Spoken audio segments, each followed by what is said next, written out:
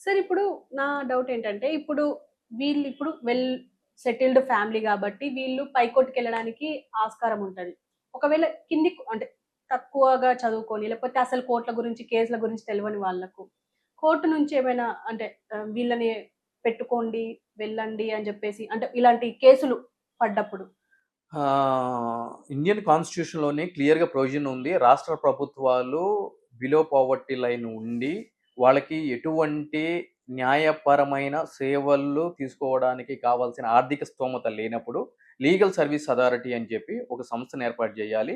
వాళ్ళకి ఉచితంగా సత్వరమైన న్యాయం అందించే విధంగా రాష్ట్ర ప్రభుత్వాలు, కేంద్ర ప్రభుత్వం చర్యలు తీసుకోవాలని చెప్పి మన ఇండియన్ కాన్స్టిట్యూషన్‌లోనే అమెండ్మెంట్‌లో ఒక ఆర్టికల్‌నే చేయడం జరిగింది. హ్మ్. సో, దాన్ని ఆధారంగా ఈ విధంగా ఎవరైనా కూడా బడుగు బలహీన వర్గాలకి సంబంధించి ఆర్థిక పరంగా ఆహ్, కింది స్థాయిలో ఉన్న వ్యక్తులకి సంబంధించి ఇటువంటివి ఏమైనా జరిగితే, రాష్ట్ర ప్రభుత్వమే వాళ్ళ తరపున వాదించడానికి ఒక న్యాయవాదిని ఉచితంగా ఏర్పాటు చేయడం జరుగుతుంది. ఓకే.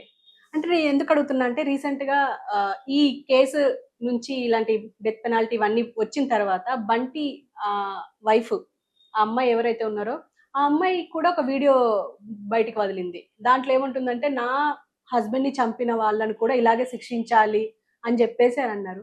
సో, ఇది ఆమెకు యూజ్ అవుతుందంటారా? మీరు ఇందాక చెప్పినట్టు? ఎవరికైనా యూజ్ అవుతుందండి. ఓకే. ఎవరికైనా యూజ్ అవుతుంది. అంటే హ్మ్. రూ. 50 దొంగతనం చేసి డబ్బులు లేకుండా బెయిల్ కోసం ఉన్న వ్యక్తికి అదే జరుగుతుంది. సో, ప్రాణాలు కోల్పోయి ఈ విధంగా ఎటువంటి పరిస్థితులు లేకుండా నిస్సహాయిత స్థితిలో ఉన్న వాళ్ళకి కూడా ఈ యొక్క రూలే అప్లై అవుతుంది. ఓకే. సార్ మీరు ఇందాక అన్నట్టుగా మీడియా ఫోకస్ వల్లే ఇప్పుడు ఇంత జరుగుతుంది ప్రణయ్ అండ్ అమృత కేస్‌లో అని చెప్పేసి అంటున్నారు. ఎందుకు అంటారు? వాళ్ళ కులాలనే ఎక్కువగా ఫోకస్ ఏస్తుందంటారా? మీడియానా?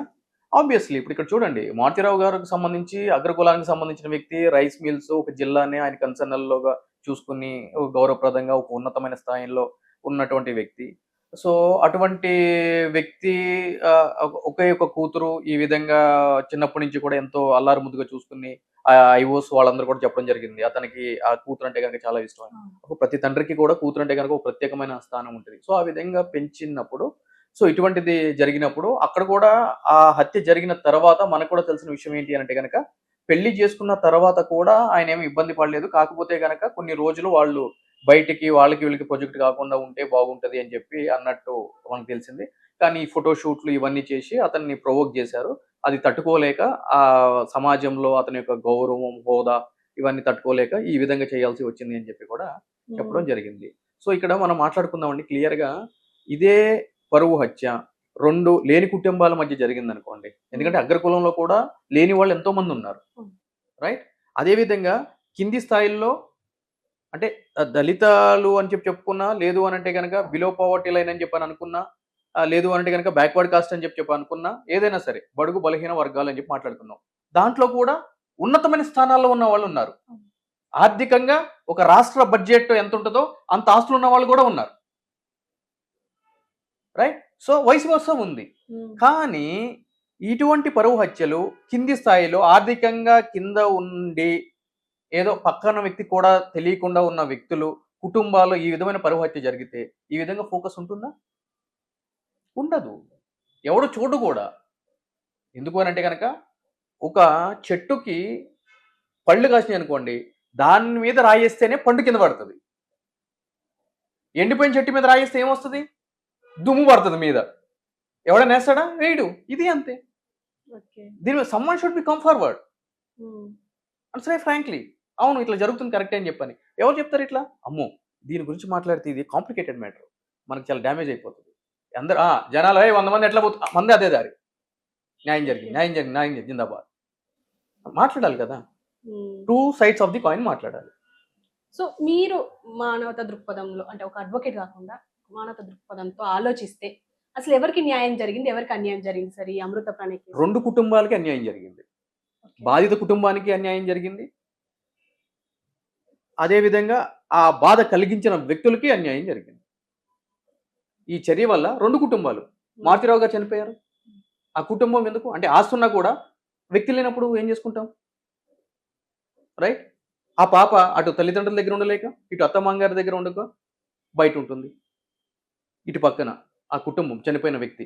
ప్రణయ్ కదా పేరు, అవును, ప్రణయ్. ప్రణయ్. వాళ్ళ తల్లిదండ్రులు చూడండి నిన్ను ఎలా ఏడుస్తున్నారు. పెద్ద కొడుకుని కోల్పోయారు.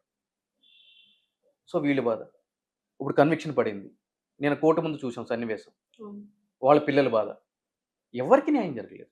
అందరికీ అన్యాయమే జరిగింది. ఓకే. అంటే అందరూ అంటున్నారు గదా! అమృత ప్రణయ్ కేసులో ఇప్పుడు అమృతకి చాలా న్యాయం జరిగింది. వాళ్ళ ఏం పేరెంట్స్‌కి న్యాయం న్యాయం జరిగింది? ఏం జరిగింది. న్యాయం జరిగింది? భర్తను కోల్పోయింది ఆ పిల్ల. అవును. భర్తను తీసుకురాగలదా? జడ్జిమెంట్ తీసుకురాలేదు. తండ్రిని కోల్పోయిందిగా. తండ్రిని తీసుకురాగలదా? తీసుకురాలేదు. కుటుంబాలకి దూరంగా ఉంటుంది. ఏం న్యాయం జరిగింది? కరెక్ట్. అంటే ప్రాక్టికల్‌గా ఆలోచించాలి. డెఫినిట్‌గా. అంటే మీడియాలో స్క్రోలింగ్ పడింది కాబట్టి అదే నిజం. సోషల్ మీడియాలో పోస్ట్ వచ్చింది కాబట్టి అదే నిజం కాదు. మనకంటూ కొంత విచక్షణ ఉండాలి. ఏం జరుగుతుంది అని చెప్పని. ఆ క్షణిక ఆవేశంలో ఆ తండ్రి చేసిన తప్పిదం వల్ల ఈరోజు ఇన్ని కుటుంబాలు 2 తెలుగు రాష్ట్రాల్లో ఇంతమందికి ఒక ఎంటర్‌టైన్‌మెంట్ అయిపోయింది. ప్రతి ఇంటిలో కూడా ఉంటది. ప్రతి ఇంట్లో కూడా ఉంటది ఏదో ఒక సమస్య. కానీ ఎప్పుడైతే గనక ఆ రోడ్ ఎక్కుతదో అది అందరికీ కూడా ఒక ఎంటర్‌టైన్‌మెంట్ అయిపోతుంది. డెఫినిట్‌గా. అది ఆలోచించుకోవాలి.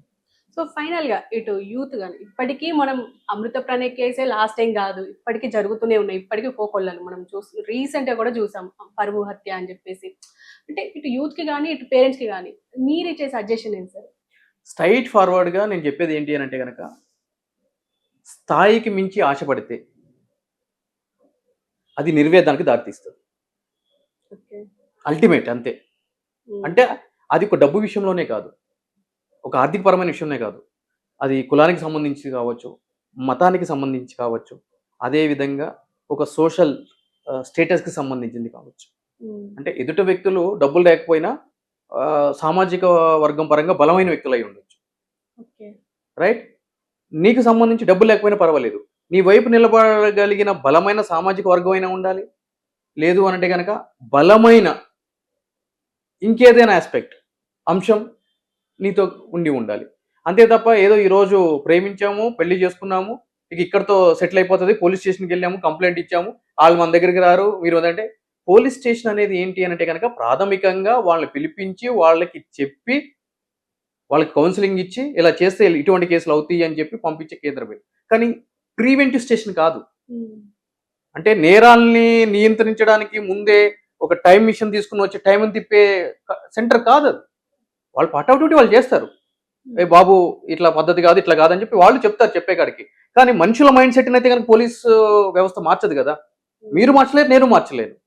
సో కాబట్టి ఇక్కడ ఏం చేయాలి అనంటే గనక ఈ విధంగా యువత ఎవరైనా సరే ఇట్లాగ లవ్ మ్యారేజెస్ అని చెప్పని అంటే పై స్థాయికి అది అంటే ఆడపిల్ల మగ వ్యక్తిని కావచ్చు, మగ వ్యక్తి ఆడపిల్లని కావచ్చు. ఎవరైనా కూడా ఎటువంటి పరిస్థితులైనా సరే ఎదుర్కొనే శక్తి లేనప్పుడు ఇవన్నీ అనవసరం అని చెప్పి అవి అర్ధాంతరంగానే ముగించిపోతాయి. అంటే ఒక హత్య ద్వారానే కాదు. రేపటి రోజున ఏం జరుగుతది? ఫర్ ఎగ్జాంపుల్ అంటే ఇది ఒక కాయిన్. ఇంకో కాయిన్ ఏం జరుగుతదంటే అమ్మాయి చాలా హై లెవెల్‌లో ఉంటది. అబ్బాయి కింది స్థాయిలో ఉంటాడు. ఇద్దరు మ్యారేజ్ చేసుకుంటారు. పేరెంట్స్‌ని ఎదిరిస్తారు. పోలీస్ స్టేషన్‌కి వెళ్తారు. కంప్లెయింట్ ఇస్తారు. ఎక్కడో దూరంగా బతుకుతా ఉంటారు. 1 ఇయర్ అమ్మాయి ఉంటది. లేదంటే 6 మంత్స్ ఉంటది. సమ్ ఎక్స్‌వై-జెడ్ డేస్ ఉంటది. ఉన్న తర్వాత ఆమెకు డిఫరెన్స్ అర్థమైపోతుంది. మా నాన్న నన్ను ఏ విధంగా చూసుకునేటోడు, ఇతను ఏ విధంగా చూసుకుంటున్నాడు.